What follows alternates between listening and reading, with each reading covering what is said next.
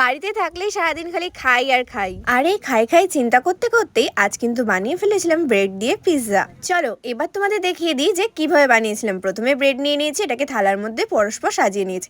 এখানে পেঁয়াজ, টমেটো আর ক্যাপসিকাম নিয়ে নিয়েছি। পিৎজা সসটা কিন্তু এই ব্রেডের ওপর দিয়ে দিলাম। এবার কিন্তু ভালো করে লাগিয়ে নিতে হবে। এরপর কিন্তু একে একে এর মধ্যে দিয়ে দেবো হচ্ছে পেঁয়াজ, টমেটো, ক্যাপসিকাম, আর এরপর কিন্তু এর মধ্যে অল্প করে চিজও নিয়ে নেবো। চিজ দিলে জানো তো একটা অন্যরকম টেস্টি হয়ে যায়। সত্যি বলতে আমার তো চিজটা ভীষণ পছন্দ, আর চিজ মিওনিজ দুটো জিনিস আমার এত ভালো লাগে কি বলবো।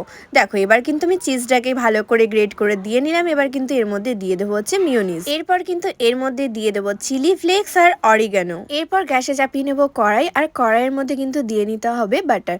বাটারের ওপর কিন্তু এইটাকে চাপিয়ে দিয়ে এবার কিন্তু একটু থালা দিয়ে কিছুক্ষণের জন্য ঢেকে রাখতে হবে। আর সত্যি বলতে এটা এতটা টেস্টি হয় না, তোমরা অবশ্যই বাড়িতে একবার করে খেও। আমার তো ভীষণ ভালো লেগেছে। তোমাদের কেমন লাগলো কমেন্টে জানিও।